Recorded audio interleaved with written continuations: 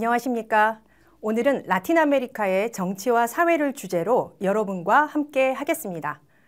여러분들은 라틴 아메리카 하면 어떤 이미지를 떠올리시나요? 아마도 라틴 아메리카는 위험하다라는 생각을 가장 먼저 떠올리실 겁니다. 정치적으로는 어떤가요?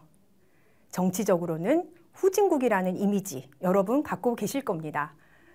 아직도 군사 쿠데타가 빈번하게 일어나고 독재자가 지배를 하고 포퓰리즘으로 나라가 망하고 또 망하고 우리는 이런 이미지를 갖고 있습니다.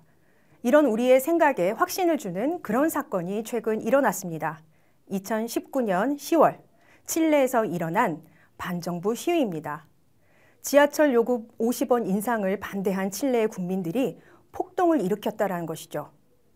그러나 이러한 반정부 시위는 칠레만의 문제가 아니었습니다. 칠레 이웃나라 볼리비아에서도, 아이티에서도, 에콰도르에서도, 페루에서도, 그리고 평화의 나라라고 하는 코스타리카에서도 이러한 반정부 시위는 들불처럼 번집니다. 정말 우리가 기사에서 봤던 것처럼 포퓰리즘에 익숙한 칠레 국민들이 겨우 지하철 요금 50원 인상에 반대를 해서 반정부 시위를 일으킨 걸까요? 그것은 폭동이었을까요? 중남미 전체의 상황을 봤더니 이러한 라틴 아메리카에는 뿌리 깊은 불평등이 있었습니다. 이러한 불평등을 이제껏 정치인들은 해소를 해주지 못했습니다. 너무나 뿌리 깊은 불평등이었기 때문입니다. 그래서 이제는 시민의 힘으로 그것을 바꾸고자 시민들이 광장에 나온 것입니다. 지하철 요금 50원에 폭발한 칠레, 그 너머에 있는 라틴 아메리카 불평등의 원인에 대해서 살펴보도록 하겠습니다. 라틴 아메리카의 불평등의 원인은 스페인, 포르투갈의 식민 시기로 거슬러 올라갑니다. 1492년 콜럼부스가 라틴 아메리카를 찾아내고 이때부터 유럽의 지배를 받게 됩니다. 1800년대 초반 스페인과 포르투갈로부터 독립은 쟁취하였지만 원주민들은 과거에 평화로웠던 그때로 돌아가지 못했습니다. 바로 소수의 백인들이 토지 가문을 형성하면서 막대한 대토지를 소유하게 되었고요. 그리고 정치 권력을 독점을 하게 됩니다. 그렇지 못한 다수의 국민들과 불평등을 형성하게 된 것이죠. 또 하나의 문제는 1차 상품 수출 구조의 경제입니다. 라틴 아메리카는 광물 자원과 농산물 수출에 의존하는 경제 구조를 보입니다. 그리고 이러한 경제 구조는 지금도 큰 변화가 없습니다. 스페인과 포르투갈이 식민지 국가의 제조업을 금지를 했고요. 또 식민지 국가 간의 교역을 금지했기 때문입니다. 이것은 교역에서 발생하는 막대한 이익을 스페인과 포르투갈이 독점하기 위해서였습니다. 그리고 이러한 행태는 지금까지 이어져 오고 있습니다. 이때의 세계의 교역은 미국과 영국의 영향력이 대단했습니다. 1800년대 초반은요, 스페인과 포르투갈로부터 라틴 아메리카가 갓 독립을 했을 그때입니다. 이때에 세계적으로 영향력을 행사하던 미국은 먼로 대통령이 먼로 선언이라는 것을 발표를 하면서 그러니까 먼로 선언은 미주 지역의 안보는 우리가 지킨다라고 하는 집단 안보 체제를 의미를 합니다. 유럽은 미주 지역에 간섭할 수 없다라는 바로 그러한 내용이죠. 이것은 이제 미국이 미주 지역의 영향력을 확대하겠다라는 그러한 계기가 됩니다. 실제로 1846년 미국과 멕시코 사이에는 전쟁이 일어납니다. 지금 현재 미국의 남부, 서부에 해당하는 그 광활한 땅을 멕시코는 미국에 빼앗기게 됩니다. 이것은 멕시코뿐만이 아니라 미주 지역의 라틴 아메리카 국가가 미국의 두려움을 갖게 되는 그러한 계기가 되었습니다. 냉전 시기가 되면서 미국은 미주 지역의 반공을 명분으로 하여, 그러니까 공산화를 막기 위하여 라틴 아메리카 16개국 독재 정부를 지원하게 됩니다. 군사 쿠데타를 지원을 하고 그리고 1960년대에서 80년대 사이 실제로 군부 독재가 시작이 되었을 때 이러한 군부 독재 정부를 미국 정부는 반공을 명분으로 하여 계속 지원을 하게 됩니다. 경제적으로는요, 1929년 세계 대공황을 맞으면서 라틴 아메리카는 또 한 번의 전환의 시기를 맞습니다. 1929년 세계 대공황은 전 세계를 경제 위기에 빠뜨렸습니다. 라틴 아메리카도 예외는 아니었습니다. 이미 보셨듯이 라틴 아메리카는 1차 상품을 주로 수출하고 수입에 의존합니다. 왜냐하면 스페인과 포르투갈이 식민지 국가에 제조업을 금지시켰다고 했습니다. 자, 그렇기 때문에 지금도 수입에 의존하는, 그러니까 수입에 의존하는 이러한 경제 구조가 강합니다. 1929년 수입 대체 산업화 시기에 바로 이러한 문제점, 1차 상품을 주로 수출하고 수입에 의존하는 라틴 아메리카는 선진국 경제에 영향을 크게 받을 수밖에 없고, 그렇기 때문에 저발전에서 벗어날 수 없다라는 그러한 국제사회의 진단을 받습니다. 따라서 수입을 줄이고 산업화를 통해서 발전을 해야 된다는 국제사회의 공고를 받아들여서 수입 대체 산업화를 받아들입니다. 이때가 1930년대입니다. 미국과 영국 등이 저리로 차관을 빌려주게 되는데요. 그러니까 라틴 아메리카는 스스로의 자본 없이, 그러니까 미국과 영국이 빌려주는 차관으로 산업화를 일으켰습니다. 실제로 산업화를 통해서 라틴 아메리카의 발전도 어느 정도 이루었습니다. 그런데 문제는 다시 1970년대 5.1 파동이 일어나면서부터 또 다른 상황을 맞습니다. 5.1 파동으로 인하여 전 세계 경제가 세계 대공황 이후 또 한 번의 경제적 위기를 맞죠. 자, 이때에 라틴 아메리카도 국가 경제는 물론이고요. 미국과 영국 등에서 저리에 빌려온 이러한 차관 상환에 큰 어려움을 겪습니다. 1980년대 얼마나 라틴 아메리카가 힘들었냐면요. 1982년 라틴 아메리카 국가들 중에는 처음으로 멕시코가 외채 상환을 할 수 없다는 모라토리엄을 선언을 합니다. 그리고 라틴 아메리카 많은 국가들이 외채 상환을 못하겠다는 선언을 계속하게 되는 것이죠. 자, 이때 1980년대는 라틴 아메리카가 가장 경제적으로 어려웠던 시기입니다. 1980년대, 그러니까 10년 동안의 경제 성장률을 모두 다 합쳐도 0%를 넘지 못하는, 그러니까 10년 동안 경제는 하나도 성장하지 못하고 멈춰 있었던 그러한 어려운 시기였습니다.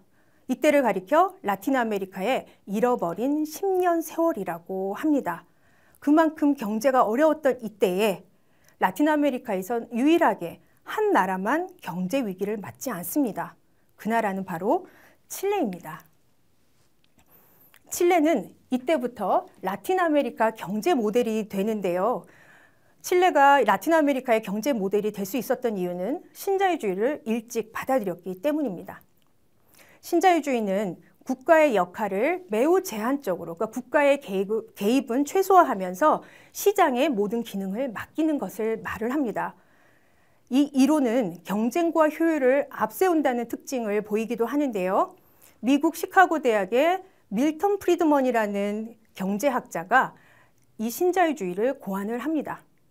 미국은 이 신자유주의 이론에 굉장히 관심이 많았습니다. 하지만 결과가 어떻게 될지 몰랐기 때문에 이것을 미국에서 적용시켜 볼 수는 없었습니다. 신자유주의를 어느 나라에서 적용을 해보면 될까라고 고심을 한 끝에 칠레를 선택합니다. 그럼 당시의 칠레 상황은 어땠을까요? 칠레는 1973년 아우구스토 피노체트가 73년 9월 11일에 쿠데타를 일으킵니다. 그리고 군사 독재 정부가 들어서죠. 피노체트는 본인이 군사 쿠데타로 정권을 잡은, 그러니까 군사 독재 정부라는 그러한 이미지를 희석시키기 위해서 민간인들을 관료로 많이 기용을 했습니다. 이때에 미국이 신자유주의를 제안을 하죠. 그리고 이 당시에 칠레 가톨릭 대학과 시카고 대학 사이에는 자매결연이 맺어져 있어서 이미 밀턴 프리드먼의 제자로 박사학위를 취득한 칠레인들이 여러 명 배출되었습니다. 자, 그래서 이들을 칠레의 주요 경제기관의 관료로 임명을 하게 되는데요. 이들을 가리켜 시카고 보이스라고 합니다. 이때부터 칠레는 1973년 쿠데타 이후에, 그러니까 세계 최초로 신자유주의를 받아들이면서 아주 시장 친화적인 그러한 국가로 변해갑니다. 1990년대, 그러니까 외환위기, 외채 위기를 선언한 라틴 아메리카 국가들은 칠레를 모델로 삼지 않을 수가 없었습니다. 따라서 IMF 지원을 받기 위해서는 칠레처럼 신자유주의 모델을 받아들이게 된 것입니다. 그러나 이 신자유주의라는 것은 국가의 역할을 최소화시킨다고 했습니다. 그러니까 헌법에 국가의 역할, 그러니까 국민들의 권리, 국민들이 마땅히 보장받아야 할 것들, 그러니까 교육의 권리, 보건, 주거, 자, 이런 것들이 국가의 역할을 반영을 해야 하는데 이런 것이 헌법에 명시되어 있지 않은 것입니다. 그렇기 때문에 칠레 국민들은 국가의 역할을 다 해달라. 국가는 왜 존재하는가? 그것을 묻기 위하여 거리로 나왔던 것입니다. 이렇듯 신자유주의는 칠레에서 발전을 해왔고 1990년대 다른 라틴 아메리카 국가로 확산이 됩니다. 자, 이것으로 인하여 라틴 아메리카의 경제는 어느 정도 안정이 되는 듯 하였지만 그러나 극심한 빈부격차, 그러니까 불평등의 심화라는 부작용을 낳게 됩니다. 이것이 라틴 아메리카의 불평등의 원인입니다. 네, 칠레 정부는 2020년 국민투표를 통해서 헌법을 개정하려고 합니다. 제도를 통해서 이러한 불평등을 해소하려고 하는 것입니다. 제도를 통한 불평등의 해소도 물론 중요하겠습니다만 라틴 아메리카 사람들은 또 공감과 연대로서 또 불평등을 해소하려는 노력을 하고 있습니다. 먼저 우루과이입니다. 우루과이는 여러분 아시다시피 이분, 네, 호세 무이카 전 대통령입니다. 세계에서 가장 가난한 대통령이라고 불리고 있습니다. 월급의 90%를 기부하고 대통령궁을 노숙인의 쉼터로, 또 전 재산은 낡은 자동차 한 대뿐입니다. 지금은 부인 소유의 그러한 집에서 살고 있죠. 예, 그런데 호세 무이카뿐만이 아니었습니다. 호세 무이카가 소속된 확대전선이라는 정당은요, 국회의원 모두가 월급의 50%를 기부를 하고 있습니다. 당직자들도 기부를 합니다. 그리고 이들은 말합니다.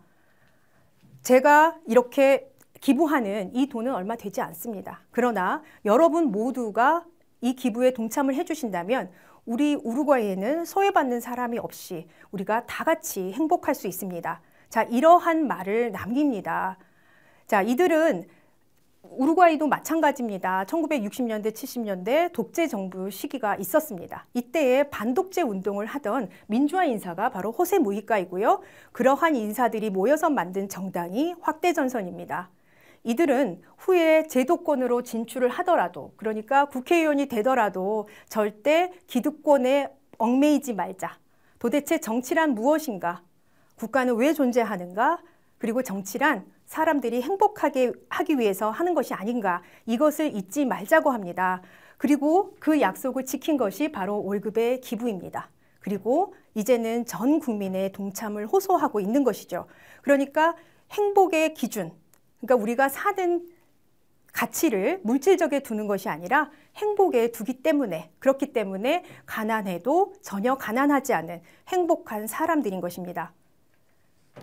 저는 2019년 7월에 우루과이에 갔었습니다. 여러분 2019년 7월, 그러니까 7월이면 우리나라와 정반대에 있는, 그러니까 대척점에 있는 우루과이는 겨울입니다. 그리고 남극에서 불어오는 그 한파 때문에 얼마나 추웠는지요. 한국의 겨울보다 훨씬 춥습니다. 특히 이제 머리가 얼마나 시려운지 모자를 쓰지 않고 다닐 수가 없을 정도로 그렇게 추운 곳이었습니다.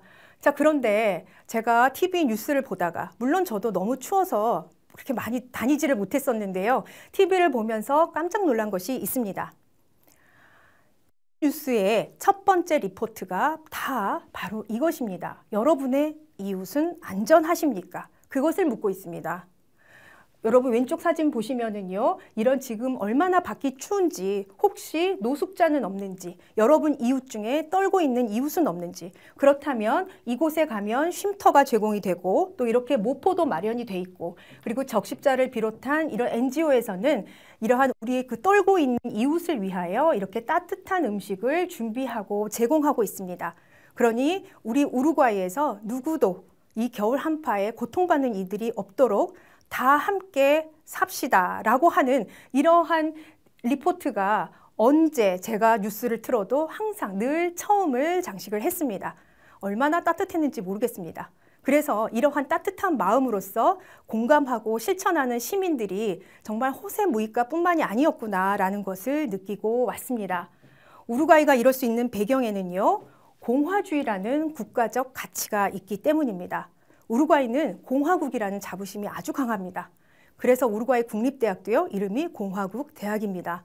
자, 그렇게 된 데는 우루과이도 물론 과거에, 그러니까 1917년, 그러니까 직접민주주의 제도를 도입하기 이전에는 정치가 불안정한 그러한 요소도 물론 있었습니다. 자, 그러한 정치 불안정성을 완전히 해소하기 위하여 직접민주주의 제도를 도입을 하였습니다. 그것이 1917년입니다. 스위스처럼 선거가 자주 있는 것은 아니고요. 대통령 선거가 있는 그날만 투표를 할 수 있습니다. 국민 발안, 국민 투표가 가능한데, 그런 국민 투표를 위해서는 시민들이 국민 투표에 찬성하는 시민들의 서명을 받아야 하죠. 그렇게 해서 서명을 받기 위하여 한 사람의 시민이 또 다른 시민을 만나고 또 만나고 참여하고 대화하고 경청하고, 자, 이렇게 하면서 이들은 스스로 공화주의를 실천을 합니다. 그래서 늘 참여하고 토의하고 수기하는 이러한 성숙한 시민의식이 있습니다. 뿐만 아니라 제도적으로도 성숙합니다. 홍당과 백당, 네, 정당의 이름이 정말 예쁘죠. 네, 아직도 있는 정당입니다. 우루과이는 크게 3개의 정당이 있는데, 아까 호세 무이카가 소속되어 있는 확대전선과 그리고 홍당과 백당이 있습니다. 자, 홍당과 백당은요, 1823년 세계에서 3번째로 창당합니다. 자, 이것은 미국 민주당, 영국 보수당에 이은 것이고요. 그리고 세계 최초의 2개 이상의 정당이 경쟁하는 그러한 정당 경제 체계가 바로 우루과이에서 시작이 됩니다. 그리고 또 하나, 네, 영국의 이코노미스트지는요, 민주주의 지수를 매해 발표를 하는데 2019년에, 그러니까 민주주의 지수 20위권이라고 한다면 완전한 민주주의 국가를 의미를 합니다. 여기에 우루과이, 코스타리카, 칠레가 들어갑니다. 우리가 작년 칠레의 그 반정부 시위를 보면서 칠레가 폭동을 일으켰나? 정말인가? 라고 하면서 칠레는 불안한가? 정치적으로 불안한 나라 아닌가? 이런 생각하셨을 겁니다. 그러나 저는 칠레를 믿었습니다. 네, 그만큼 칠레는 풀뿌리 민주주의가 강하기 때문이고요. 실제로 여러분 민주주의 지수 20위권에 이렇게 세 나라에 같이 들어갈 정도로 민주주의가 성숙하였습니다. 자, 우루과이 같은 경우 성숙한 민주주의 제도가 있고요. 그리고 그 제도를 운영하는 시민의 공감과 참여, 그리고 연대가 있기 때문에 우루과이가 이렇게 따뜻하지 않는가. 물론 우루과이에도 신자유주의 부작용이 있고요. 불평등은 있습니다. 하지만 이러한 노력들이 결실을 맺어서 우루과이라는 나라가 이렇게 따뜻한 나라구나라고 하는 것, 네, 그런 것들을 보여주고 있지 않은가 생각을 합니다.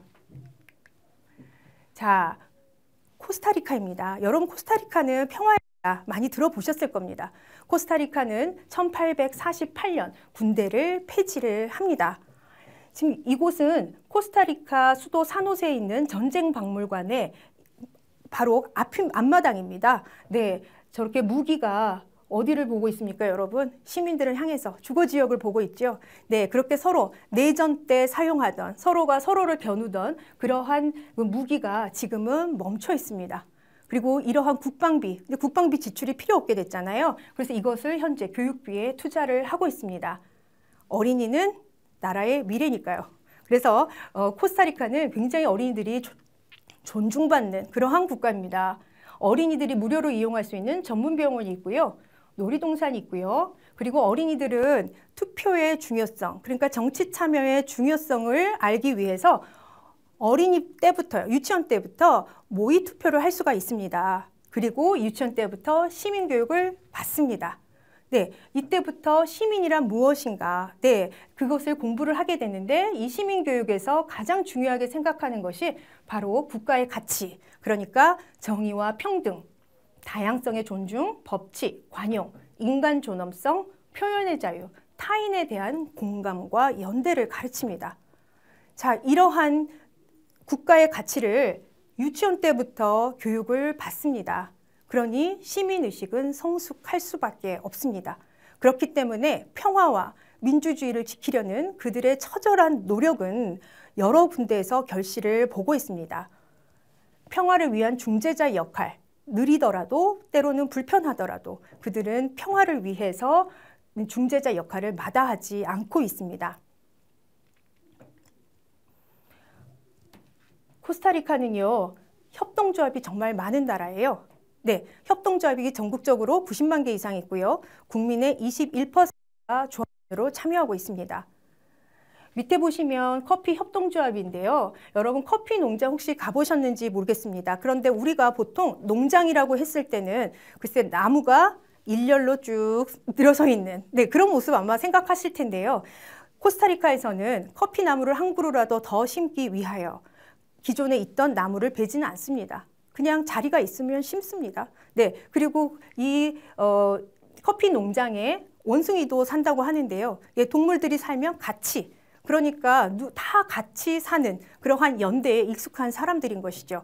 그리고 조금의 물질적 이익을 위하여 우리가 지켜야 할 가치를 포기하지 않는 이러한 노력들의 흔적입니다. 네, 그래서 코스타리카는 세계 최초로 동물원을 없앴죠. 네, 그리고 지금은 화석연료 제로를 선언을 하였습니다. 코스타리카는 라틴 아메리카 국가들 중에서도 중산층이 두껍고 잘 사는 나라 중에 한 나라입니다. 그럼에도 불구하고 코스타리카에 가서 보면 이게 우리가 생각했던 코스타리카인가? 그런 생각을 하게 돼요. 그러니까 정말 그 편리함, 네, 잘 산다는 것, 그런 것으로 우리는 코스타리카를 볼 수는 없고요. 코스타리카가 지키고자 하는 것이 무엇인가? 그들은 어떤 국가적 가치를 지키면서 살고 있는가? 우리는 이것을 잘 생각해 봐야 될 것입니다. 자, 여러분 어떠셨습니까? 여전히 여러분들은 라틴 아메리카의 정치, 사회가 불안하다라고 생각을 하십니까? 라틴 아메리카의 행복, 희망을 느끼셨습니까? 자, 여러분 오늘 함께 해주셔서 감사합니다. 안녕히 계십시오.